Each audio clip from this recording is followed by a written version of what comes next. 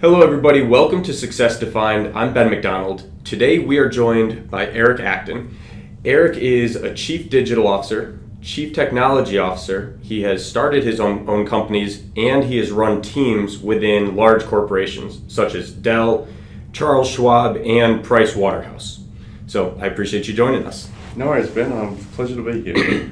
So I want to start out to give them a little background, and it's going to lead in right into what we were talking about. But you have gone back and forth with large companies, right? I just listed a few really big name companies, and also startups, entrepreneurship, things like that, both in an advisory role and as your own company. What are some of the differences in culture, leadership, things like that you've seen from the major corporations to the small startups? Really interesting. So I guess I was lucky enough in my first corporate job to be in like a small group, an innovation group, what we'd call now an innovation group. Okay. At the time, we kind of called it special projects. And, it may have just been a crazy idea by one of the partners who wanted to do something. Right. And so just kind of reflecting back on that, and I guess, subconsciously, never really realizing, I think that impacted me. That experience and some of the people I worked with really impacted me, right? For up till now in my career. And so, in terms of leadership, one of the really interesting things is that I guess you've got different styles of leadership, right? And people have different perceptions of what leaders should be. The way that I look at it is. And what I've always done with my teams, I've tried to be more of an inspirator. So inspire people to do things. And no one likes being told what to do, right? Everyone likes to kind of think it was their idea, or to feel part of it, to feel empowered. Yep. And so by kind of trying to inspire people to do things, you give them enough, you give them enough leeway to work out how to do it themselves. So you give a direction. This is what we're trying to do. A vision, a purpose, and have confidence in the teams and the people that you're with to be able to work out how to do that, to achieve those objectives and goals. Nice. And so that kind of happens a little bit differently in corporate environments and startup environments. Right. Startup environments, people are generally self-motivated, right? You don't leave a corporation, or you don't kind of do a startup that doesn't have an established revenue stream, an established pay packet and all the benefits and all that stuff, without kind of, putting yourself out there. In corporate environments, that's harder to find because, and we were talking about this earlier, and I think I've probably gone off on a tangent from your original question. But in a corporate environment, generally a business has already been established, and so you're in really protection mode, right? A business, a revenue stream, Right, because they've worked so hard to get there. Yeah, and so the goals there is to maintain that, to perhaps incrementally, improve it, but generally to maintain and not go backwards. Whereas in a startup world, you've got nothing, and so you're reaching for the stars. Yeah, you're willing to take a little bit more risk because you want to get to that point that the corporations that have been around for 20, 30 years, what they've already established. Yep. So you get very different types of atmospheres in both of those companies. How have you personally been able to thrive so well in such different atmospheres or environments? Good question. There's a lot of times that you kind of question yourself in both, right? In corporate environments, you have what you think is a fantastic idea for the company, and no one wants to pursue it because it's a crazy idea. Right. And in a startup world, you sometimes have doubts. It's like, I've got this great idea, but I just don't have the resource. I don't feel I have the resources. How am I going to do it?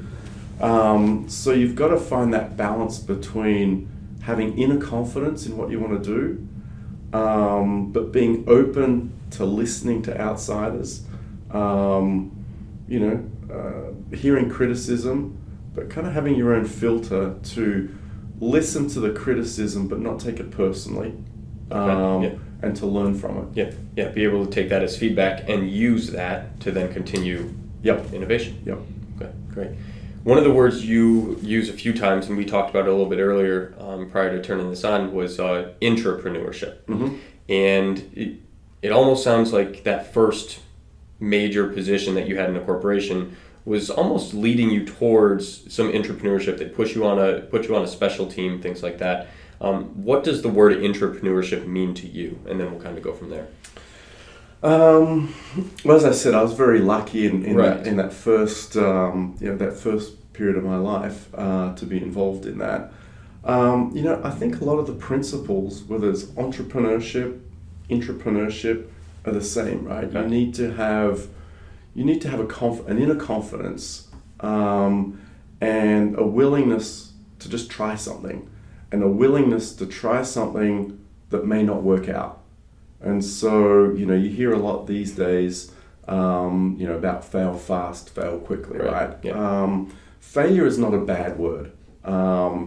You learn more from your mistakes than you do by just happening to get something right. If you get something right, chances are you could have just got lucky and you don't know it, right? Right. Whereas if something goes wrong, you generally have, you reflect on that and you go through, well, at least I do, an analytical process as to why did that not work out as I envisaged, or why did that not kind of succeed? And so you kind of analyze all the components and you learn from that. You're like, well, we got unlucky here. Here we made a bad decision and we didn't recognize it quickly enough. And so I guess that's another point, is that failure is not Boolean. It's not 1 or 0, stop or go, right? It's like, oh, okay, that didn't quite work out.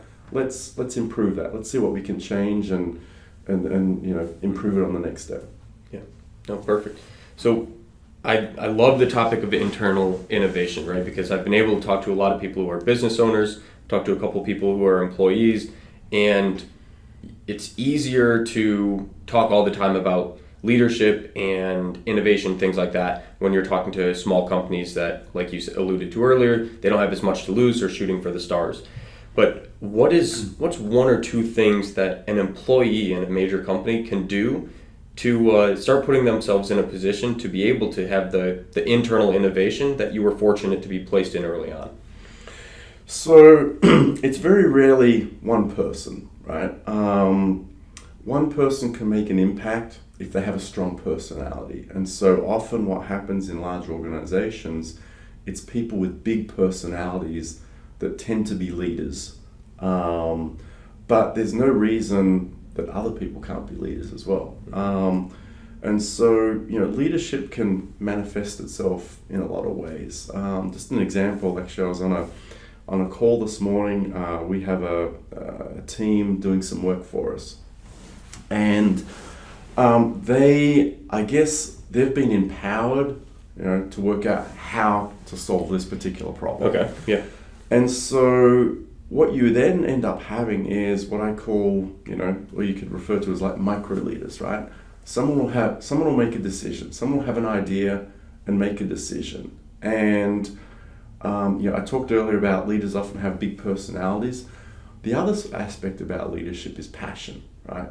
If you believe in something, right, whether it's a big idea or a small idea, within a team, if you're able to put passion behind that, passion is kind of infectious, right?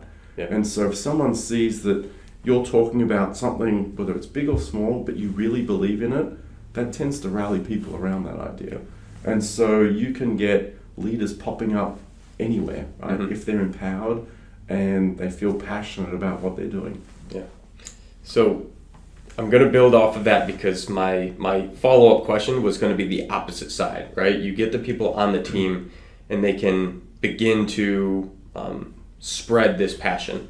But what about on the reverse side, when you're the leader, one of the people running the organization, how do you pass down the comfort to these employees to take the chances, to look for innovation, look for opportunities to continue growing, especially in larger companies where that's not necessarily the main topic that normally comes up around a boardroom meeting or something like that? Again, there's no one answer to that. Right, of course. And I always take a very individualistic kind of approach. With my teams, I'm a curious person by nature. I'm inquisitive. And so I naturally kind of want to get to some details of how people are doing things. Mm-hmm. So I'll find that, I can set up a vision, a goal of what we want to do, but I like to be involved in it, and not in a hands-on way in terms of, telling people what to do, but just kind of, going around with team members, asking them what they're working on, looking at what they're doing, asking them questions. And really quick, is that to keep a pulse on the team, or to just, is it the pulse side, or is it the other where you want to make sure that people are going in the right direction? So my main motivation for doing that is just my natural curiosity. Okay, all right. But as a byproduct of that, I'm showing interest to people that may be working on a tiny bit of a big problem. And so people respond to that. Is that they understand that perhaps they're just a cog, right, in a bigger process. But I have interest in that. I ask questions, I ask their opinion, and in a one-on-one kind of situation, people love to talk about what's going on. And if you create a comfortable environment, people won't just say, "Oh yes, what we're doing is great." You'll learn some of the problems, right? Mm-hmm. And that's what you really want to do, right? You want to if everyone says yes, very rarely is that the case that everything's going perfectly. It's like, what are the real problems? Do you think this is the right way to solve it? How do you see this playing out? And so that gives you a pulse at a smaller level, and that's kind of, I think, the real key to digital transformation and wanting to do things differently. You need executive support, and you need executive interest, but you also need to build up from the lowest levels, right, down at the grassroots level. Yeah. And then the larger an organization, there's a bigger gap between the executive teams and the grassroots kind of level. And it's often at the grassroots level that those people really understand the fundamentals of a problem that you're trying to solve, or they really understand the problems that customers are having, because they're the ones that are interacting with customers on a day-to-day basis. Right. Real customers, not just executive to executive talking about customers, right? Yep. So let's pivot a little bit and go into your personal leadership, because your natural curiosity to get in and know what's going on at all levels, has that led you to stopping a problem before it happens, or being able to change a project earlier on because you knew what was going on ahead of time? Yeah, generally you get, by doing that, I get an understanding of some details. And, it's great to have a big vision, but the devil's often in the details, right? And what is a great idea cannot always be implemented, or it's during the implementation that you find problems because either the technology's not ready yet, customers are not quite ready for that step, the processes aren't there, right? Any one of a number of problems. And so there have been situations where once you get into the details, you discover these problems. But by understanding the details and connecting dots to the bigger picture, the problem with always being involved in details is that sometimes you just look at the problem from one angle. And so the ability to look from above as well as be in details, I've often been in a situation that, either in a technology point of view or a business model kind of point of view, that there's a problem because the problem's being looked at from a narrow point of view. Okay. And so I'm able to, kind of have a conversation, understand, and then look at it from a different angle, which then opens up the eyes of the people working at the detailed level. Oh, right, okay, we've been thinking we have to go A, B, C, D, but you know what? The order is perhaps A, D, B, and we don't have to worry about C, right? Yeah. How do you balance doing both? Getting the outside view and also getting caught up in the details, because it's got to be easy to get caught up one way or another. Yeah, it's a really good question. And often you need to be a dreamer You need to look at things from the 30,000 foot level. And that's great. But if you don't understand the details that make it up, you end up selling vaporware. You end up, telling stories that have no, that they can't be implemented. The detail level, it is so easy to get caught up in details and be worried about this tiny thing that's not working or this great thing that you've done without relating it back to the context of why you're doing it. So the way I do it, actually interesting, I found this doing my first startup. I was still I had a corporate job and I had this idea that I was evolving, and I was traveling a lot, and so I'd be locked in a plane, and I said that my best ideas came from being in a plane, and the reason for that was that it was easier for me to lock out everything else. I was able to sit there. I couldn't run off. I was in a plane for 2 hours or 4 hours or whatever it was. I was stuck in the spot. Yeah. If I had a window seat, I would spend a lot of time just looking out the window and daydreaming. And so that's how I would get away from details, right? Okay. But I'd be thinking about details from a broader point of view. Then when we landed, I'd be on the phone or I'd be with a development team, and we'd be talking about those details, and I was able to bring that kind of that higher view to that team. So that's my technique. I don't travel as much as I used to, which is probably a good thing. Travel's not as fun as it was 10, 15 years ago. But just find a way to get away. Another way I do it actually now is that I'll often go for a walk. Okay. So if I'm at a client or in a corporate office, I'll just walk. I'll walk around. The word is perambulate. Look it up. So I'll perambulate. I'll just walk around and I'll look at what's going on. I may go for a walk outside if it's a nice day. I'll go and get a coffee. I won't always go to the closest Starbucks, right? If I'm working from home, I'll go for a bike ride or a 10-minute walk or something. Yeah. And so, physically get away from the problem. Sitting in front of a screen, sitting in meetings can be great, but sometimes you literally need to walk away. So that's kind of how I do it. Yeah. So with the plane, your head was literally in the clouds, but it doesn't need to be. You need to change the environment in some capacity. Yep.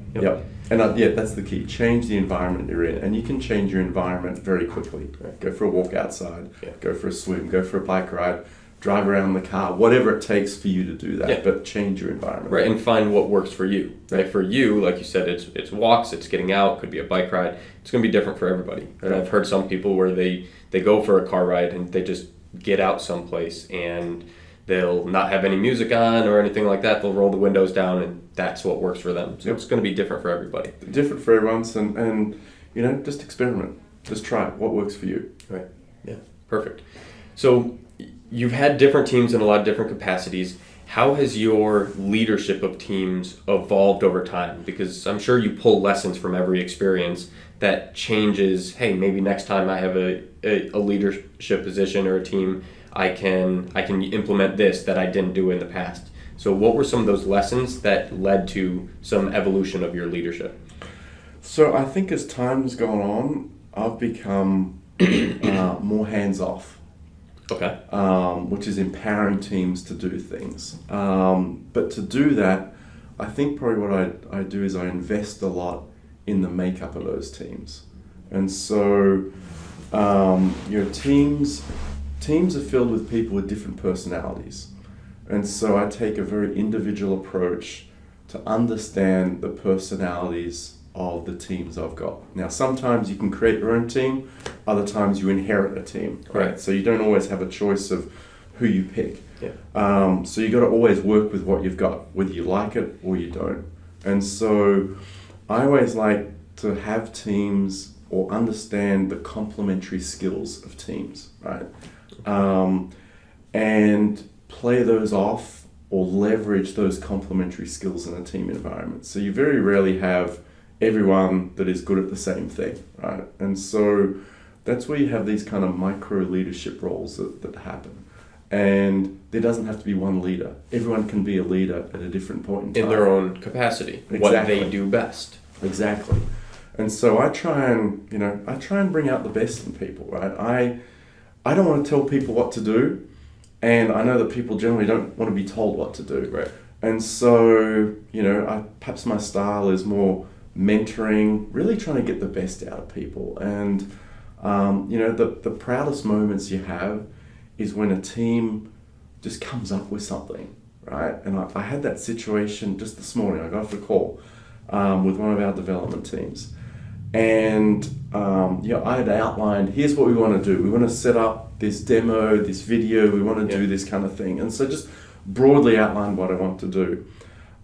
They took that, and because they were empowered, and they worked well as a team, they have good complementary skills, they came up with a thing that was brilliant. We're doing a little demo, and I won't go into too much of the details, but basically involves a drone having a flight. And so one of them had an idea that wouldn't it be cool if we demoed this, that if the drone, and as we saw it on the screen, basically outlined the logo of the company. I'm like, that's brilliant. Right. But that wasn't my idea. Yeah. That was their idea. And I'm like, how did you guys come up with it? It's like, well, one of them had the idea, someone else threw it out, and it was a combination of 3 or 4 people that this idea came out. And so I'm super excited and just brimming about that as an example.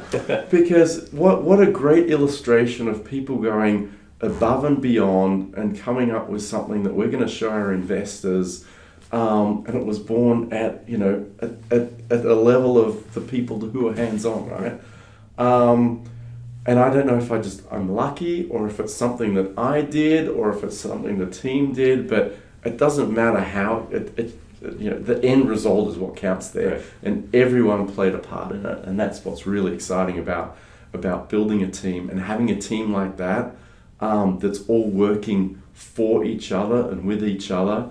That's, you can't measure that success, right? And I think that comes to another thing that we're doing is, how do you define success? Right. To me, that is a really successful kind of project when we have a team that's pulled together to do something like that.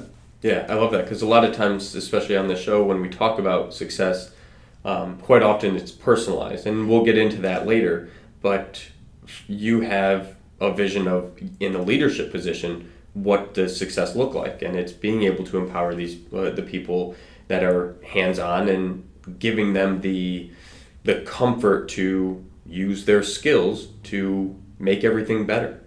And is that, in your eyes, a big difference between leadership and management, where you're empowering people versus just telling them what to do? Yeah, management, if you think about the word itself, right, managing, again, there's different, even in the management or as a manager, you can be a leader, right? Right. Every level, everywhere can be empowered. And so you need to understand the makeups of your teams, right? You need to understand what is going to motivate a particular individual. What is going to make a particular individual feel empowered? That's probably the best way. Because again, if everyone is working and doing their own things, right, that they're empowered. And success. The person who had the idea of doing the logo, they will remember that, right. And they will be proud that they had that idea that everyone was excited about. That'll stay with them, right? Yeah. So building off of that, we've talked a lot about innovation, and you had hinted at kind of transformation and digital disruption, things like that. Why has disruption, transformation, why has that been a trending theme throughout your entire career? Why is that important to you? I guess I like thinking differently. Firstly, I tell people inherently I'm very lazy, right? And so any manual task I want to automate, and I'll spend more time automating something, knowing that then I don't have to repeat it again and again. Yeah. I lost my train of thought. What was the question again? No, so that's fine. So disruption, transformation, that's been an important theme in your life. And so I wanted to know why that's been so important to you throughout your career. Yeah, I guess I'm always challenging the status quo.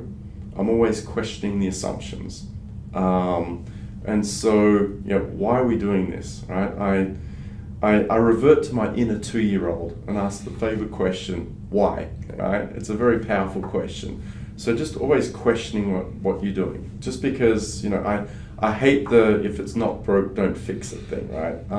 It's like there's always room for improvement. There's always another way. And so you've got to look at both, you've got to look at on many factors, right? Processes can change, customers can change, technology can change. And so when you take all of those into account, there's often, always, a better way of doing something.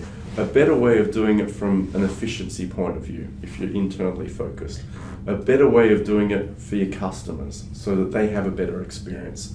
A better way of applying technology, because technology has evolved and becomes more powerful. So, generally looking at things I look at it from a customer point of view, an internal operational efficiency point of view, and from a technology point of view. And then when you look at those three aspects, then perhaps there's a new business model, there's a new financial model that falls out. So looking at improvement on all those levels. Mm-hmm.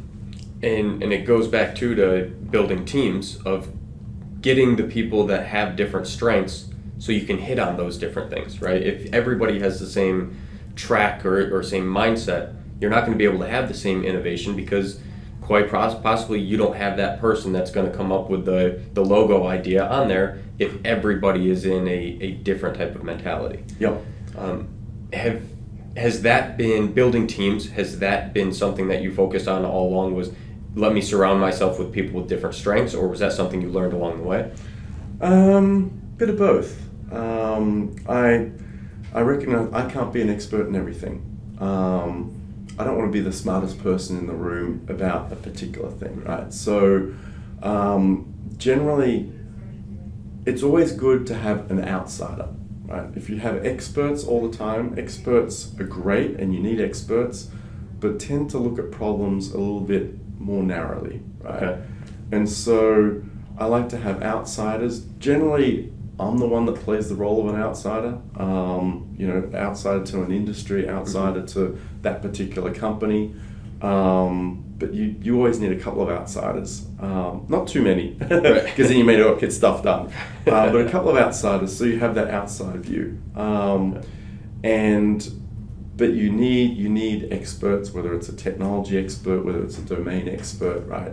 They're the ones that hold the knowledge. And so again, it's building an environment that, as an outsider or as a facilitator, that you can bring out the best in all of those experts, mm-hmm. whether it's the technology, whether it's understanding the company culture, understanding the history of the company. Well, we tried that 5 years ago, it's not going to work. Well, why didn't it work 5 years ago? And getting into the history of that, and then you realize, well, actually, that's probably why it didn't work. If we try again, there's every chance that we'll be successful this time. Yeah. On a personal level, because you've been in different industries, and obviously it sounds like you like and enjoy the position of being the outsider. So do you purposely go out and find the next opportunity as ways where it's a different industry, it's something that you're interested in but haven't quite experienced yet? I love being thrown into an environment that I know nothing about the industry. Okay.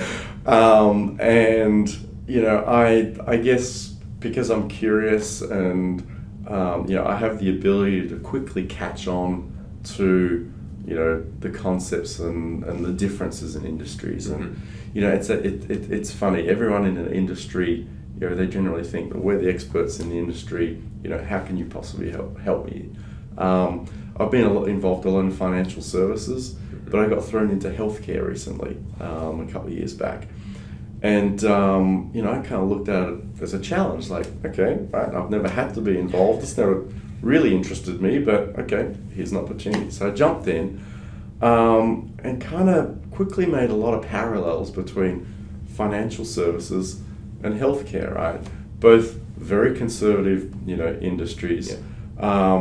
Both where industries where there's a lot of experts. The experts tend to think that they know everything, and how can anyone else possibly kind of help me? So a lot of parallels. And when I pointed this out to some people in healthcare, I'm like, you guys are not very different from the financial services people I was working with.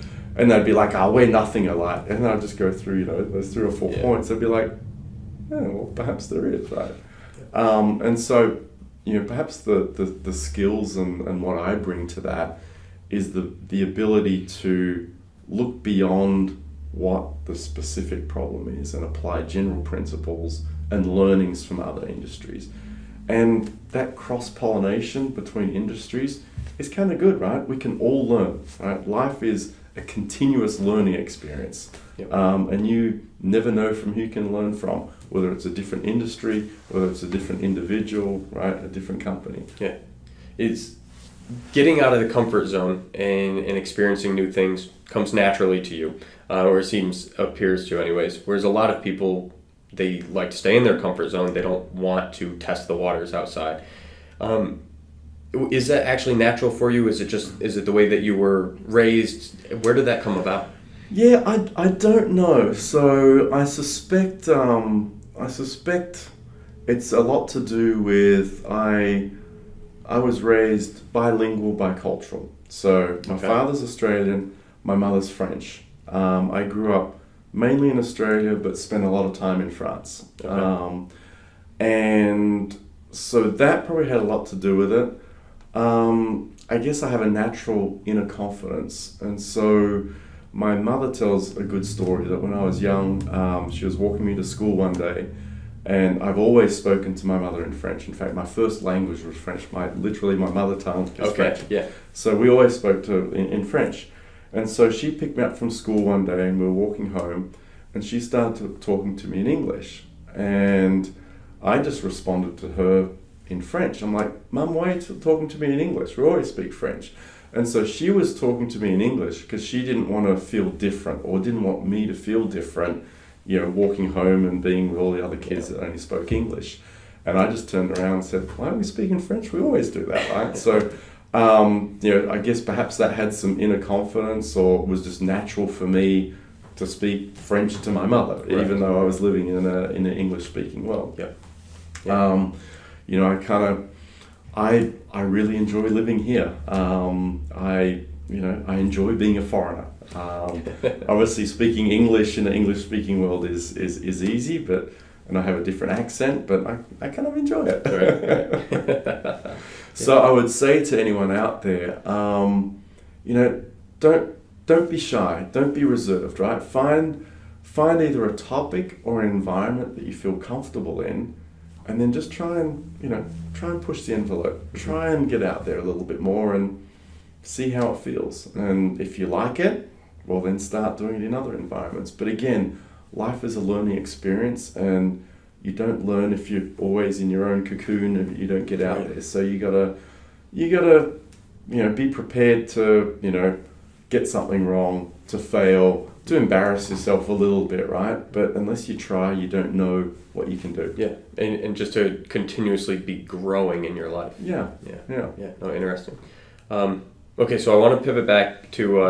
I got you off on a tangent. Sorry about that, but I think we've been going off on many tangents. I know you had a few questions written down. We've probably gone all over the place. That's good. That means it's a good conversation.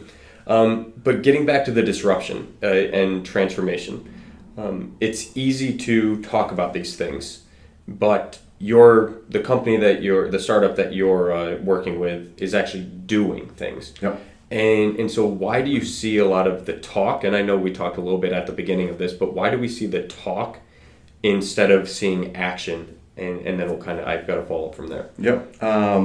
Great point. I was just at a conference last week, about digital transformation targeted at corporates, at incumbents. And it comes back to, again, that protectionist mode, where you are, right? And so, organizations are risk adverse, right? you don't want to make a decision if it's going to fail. Is kind of like the baseline. And so people go to a lot of conferences, hear a lot of people talking to kind of reassure them that, oh, okay, others are doing that. Perhaps we can do it. As you can see, I'm a roll up your sleeves kind of guy. I'll just get in there, right? The best way to learn is just to kind of get in there too. I love talking to people in different industries. So my process, I guess, when I enter, either a new company, whether it's as an employee, whether it's as a consultant, whether it's an advisor in a startup or whatever, is that I talk to people. And so I talk to people within the company, I talk to customers, I talk to vendors, so I talk to a cross-section of people, just to learn what they're doing, how they're helping this process. And then I'll just I love doing workshops, and I've got to have a lot of whiteboards. I'll just get up, talk to people, question people. And actually, interesting, I don't do that much talking. I ask questions and I listen. And that's kind of the key, is just listening to what people are saying. So I just love to jump in. It's like, there's a problem, let's not pontificate it, let's not be in a dark room trying to solve it. Let's get out there, talk to everyone about it, get it out there. Transparency is always something that I talk about and use. And let's just do it. Yep. Well, today we get to flip the role. I get to be the one asking the questions, listening. You get to be the one talking. Yeah, I don't think I've talked this much for a long time. Well, good. We talked a little bit prior to turning this on about larger companies, how they can lead towards transformation and sending people to seminars and travel and things like that. What are some of those big things that you think the major corporations should do so they're not gobbled up 10 years from now by a smaller company that was willing to evolve? Mm-hmm. So I have kind of a hypothesis that we either need to prove or disprove, but and thinking at a macro level, right? An organization, while it's enjoying excess profits and excess margins, it should be reinvesting that in the company of tomorrow. So rather than thinking about how will this company be in 10 years' time, let's keep this company going. It's excess cash flow, it's excess margins, basically invest in what that company is going to be for tomorrow. Because very rarely we see graphs, when we're like looking at images, very rarely is the graph, this nice linear kind of line, right? Generally it's steps, right? You get to a point, you take a big step, right? You kind of stumble, and the steps aren't always nice, right? They're jagged steps, they're broken steps. And so, build for tomorrow. And so it may be the current company that evolves into this new company you're creating. It may be the old product that's evolving into the new product that you're building. But you've got to think of a stepwise approach, and you've got to take risks. And sometimes it'll work, sometimes it doesn't. So, people don't like large organizations, shareholders don't like hearing that. But remember, risk is there's a very easy formula. Risk is not just this thing. Risk is a function of probability and consequence. Mm-hmm. So you can manage risk by managing, the probability of occurrence and the consequences of getting things wrong or right. Yeah. And so just don't think, have a big vision, but take a stepwise approach on how you can get there. Yeah. Well, and you talk about risk and how it can be managed. There's also different types of risk, right? So maybe they don't want to take a risk today because they're currently excess cash flow and things like that.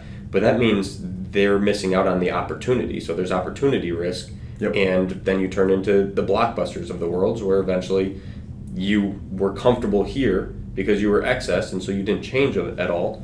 10 years from now, you're out of business because you weren't willing to take managed risk at the right time. Well, the classic story there is Kodak, right? Yeah. And a guy in Kodak actually invented the digital camera, and the thought process at the time was like, well, that'll cannibalize and kill our existing business. No, let's not do it. Right.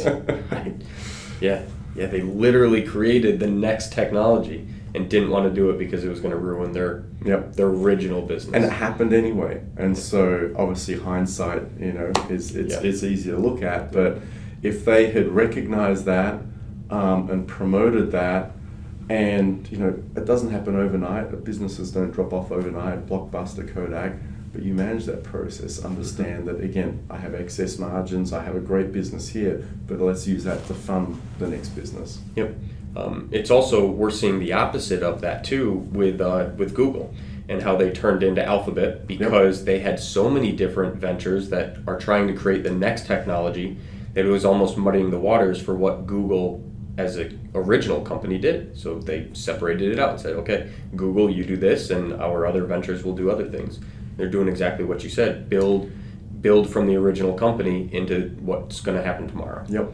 And what the interesting thing there is that we haven't talked about is focus, right? And so Google's model is providing them the ability to focus in a number of different areas, right? Focus is hard, especially in a startup, right? You're running into the last idea, what the last customer said, and so you've got to be, again, open-minded to listening to all this stuff, but be fairly disciplined in your focus. And so focus doesn't have to be focus for 12 months. Focus can be just, let's focus on this problem, let's focus on this aspect of what we're doing, take a step back and say, right, do we keep focusing on that? Do we focus on something else? So, as Google have done, they focus on a number of different things. Yep. Easier for Google to do. They have thousands of employees. How does that become practical, or let's make this a little more tactical for the startups or the smaller companies? How can they focus on different areas without spreading themselves too thin? So what I do is I have I guess I call it a portfolio of digital experiments. Okay, you can get rid of the digital, but everyone's using digital. So have a portfolio of experiments. And experiments you start off with a hypothesis, right? And a hypothesis, you either prove or disprove it, right? And so that's how you can be very focused on a problem, a project, a product, whatever it is, but come up with a hypothesis and come up with an experiment to either prove or disprove that. And that's the first step. And so, from there, and that doesn't have to be a long, drawn-out process. You don't need thousands of people involved and consultants and stuff. You can kind of do that pretty easily. So, here's my idea. How can we work out whether it's a good idea or not?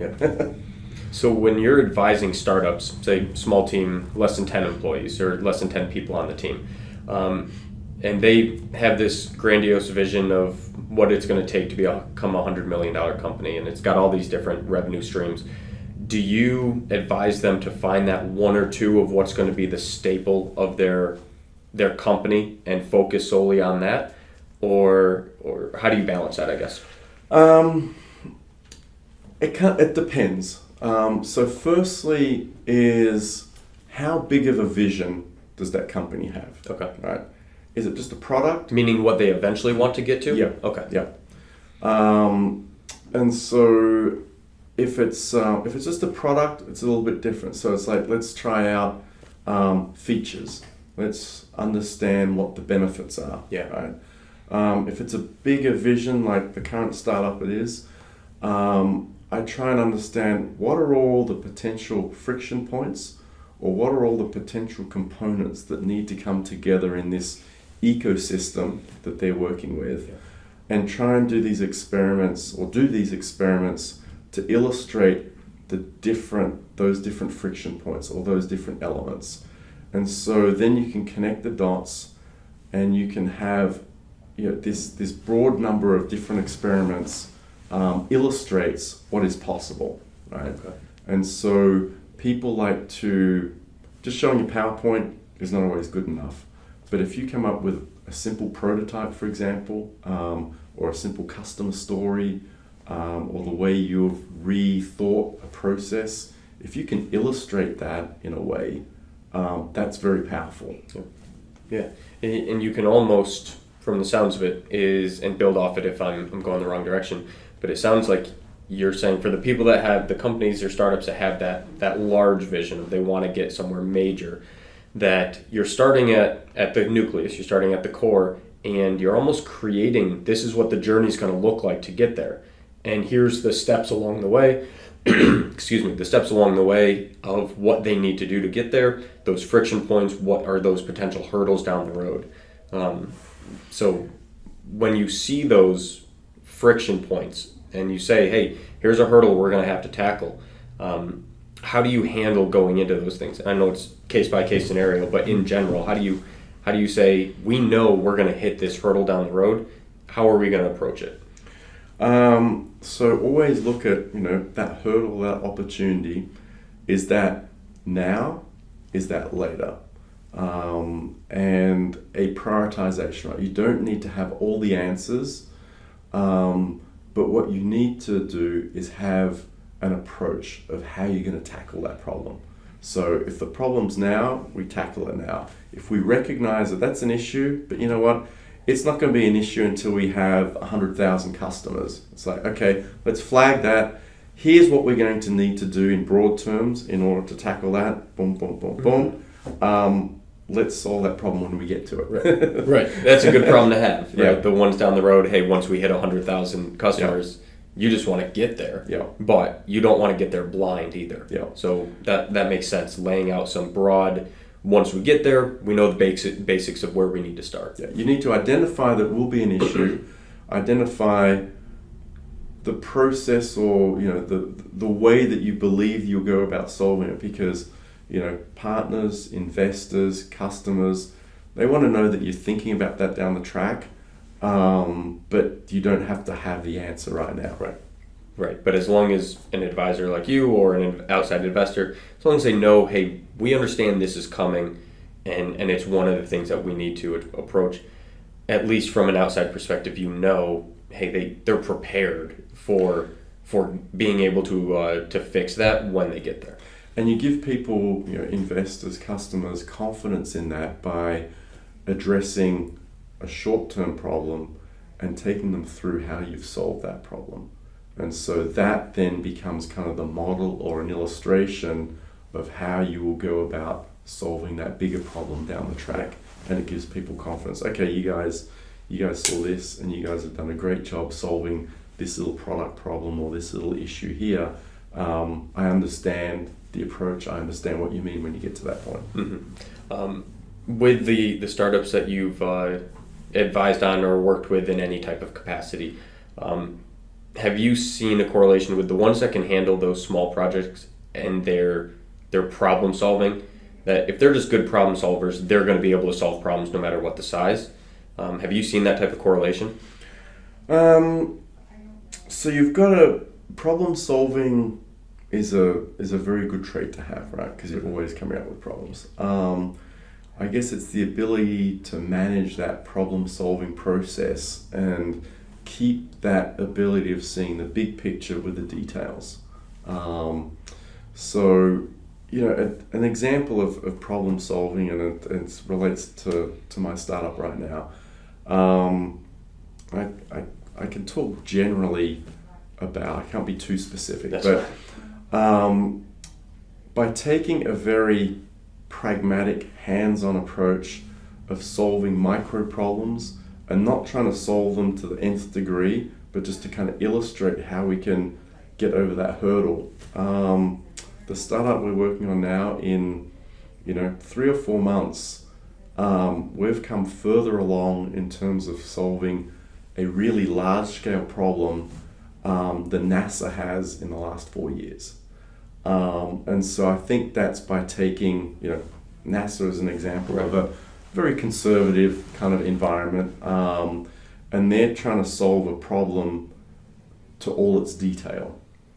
And obviously that takes a long time to do that, right? Yeah. If you're solving all the details. And so patching together the overall set of problems that need to be resolved, to get forward. Right. You either research it or you do it. And coming back to what I said earlier, I think you learn more from your mistakes. You learn more by being hands-on and doing something than thinking about it. Yeah, perfect. All right, I want to pivot more into the kind of principles and philosophies a little bit. So the first one, we'll start this off, and I'm going to do this section a little bit different than normal, but I want to start with how you define success in your life. So I guess success can be measured in a number of different ways. And a lot of people measure success by a number with generally a dollar sign in front of it. Right.